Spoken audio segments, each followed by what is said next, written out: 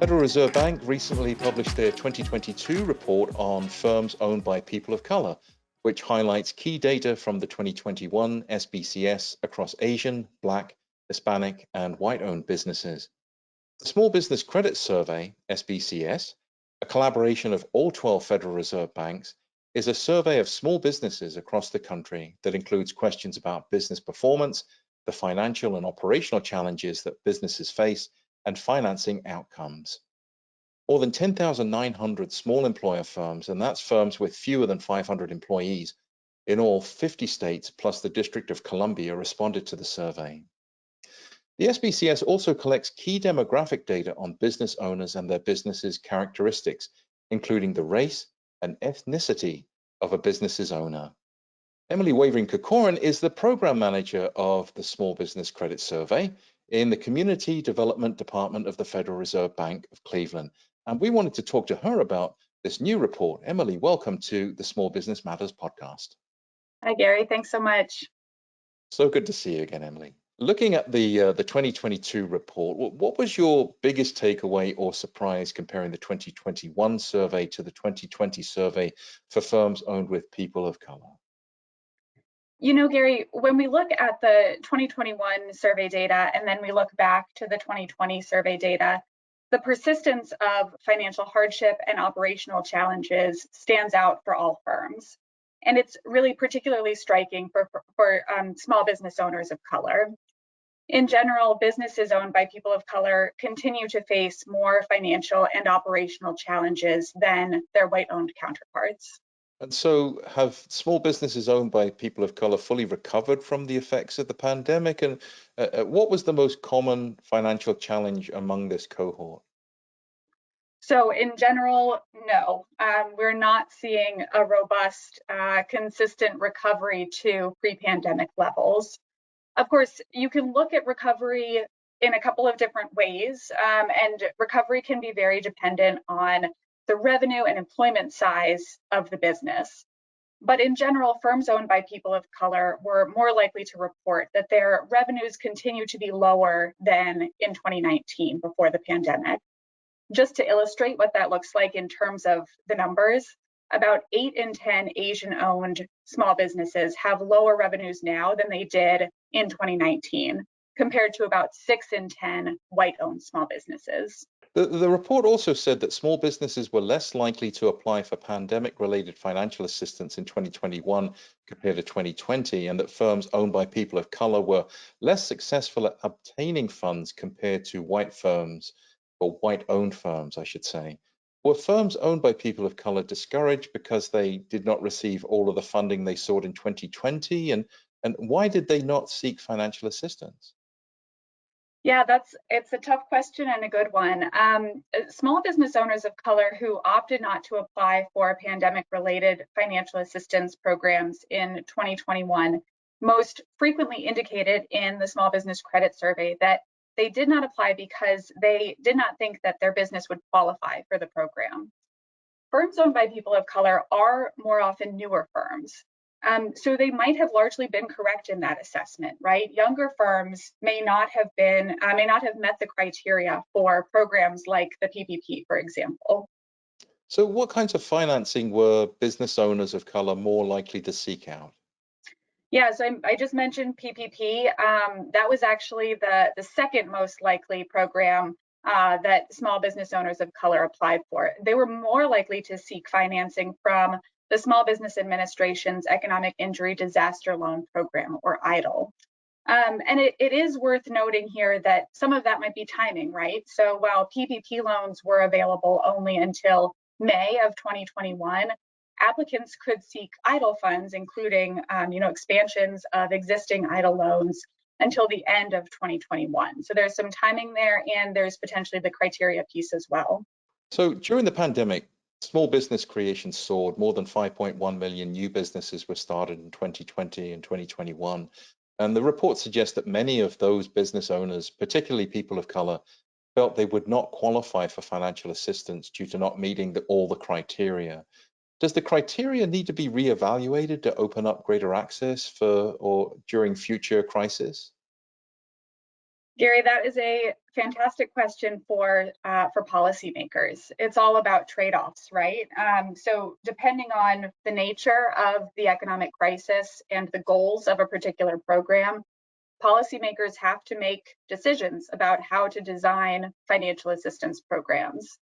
In the SBCS data, we see the trade-offs of those criteria decisions playing out. So, for example, small businesses had to be operational prior to the pandemic to be eligible for first draw PPP funding. The intention there was to reduce fraud. The consequence is reduced access for new businesses. So, trade-offs. Yes. So in terms of their expectations for revenue growth and employment in the next 12 months, which group was most optimistic? Yeah, we see that Black and Hispanic-owned firms were most optimistic about revenue and employment growth over the coming 12 months. And given that this information is from the 2021 SBCS, this reflects their expectations for this year, for 2022. Our 2022 survey actually launches in September, on September 8th. So we'll soon have an opportunity to really understand how those expectations played out for those firms.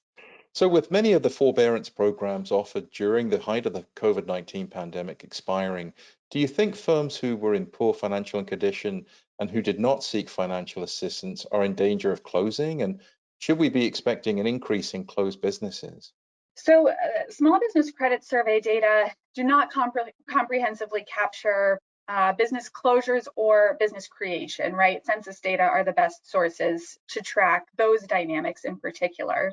But I will say that the firms in poor financial condition that did not seek assistance were in a precarious financial situation in 2021. They may have turned to other sources of funding, right? They may have found other solutions to keep their business open, or they may have decided to close.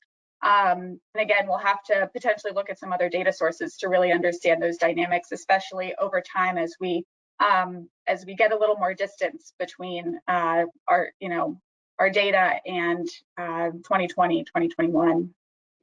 Very good. Of the groups who reported weak sales and financial challenges, was there a group who used personal funds to keep their business running versus other groups? Yes, absolutely. Yeah, it's actually, so it's quite common across the board actually for small business owners to rely on personal funds to help navigate financial challenges in their business. Personal and business finances can often be highly connected. But Black-owned firms are the most likely to use personal funds to cover a financial challenge. Almost 3/4 of Black-owned businesses that experienced a financial challenge in 2021 used their personal money to respond to it. Wow, 3/4? Wow, Mhm. that's significant. It is. So Hispanic-owned firms were more likely than others to have debt. However, more than a third owed less than $50,000. Would community development financial institutions be an area for the Federal Reserve banks to expand partnerships and programs, and particularly for small business loans and borrowers? Yeah, the Federal Reserve banks have a lot of ongoing, really great work with community development financial institutions, or CDFIs. Just for any listeners who might be unaware, CDFIs are mission-driven financial institutions that tailor their products and their services to meet the needs of populations that have been historically financially underserved. And this includes small business and small businesses owned by people of color. So there are absolutely CDFIs that work directly with the entrepreneurial community to really enable access to credit. They're certified by Treasury CDFI Fund, and community development departments across the system are working with CDFIs in a number of different ways. So on the research side, there's a biennial survey of CDFIs to contribute rich data on the sector. There are case studies and reports that elevate innovative CDFI models. And then on the outreach side, there's ongoing outreach to CDFIs and potential CDFIs so that Fed staff can help inform interested communities about the important role of CDFIs in credit access for small businesses in particular. So there's a lot going on in that space already. There is, yeah, there's some wonderful work there.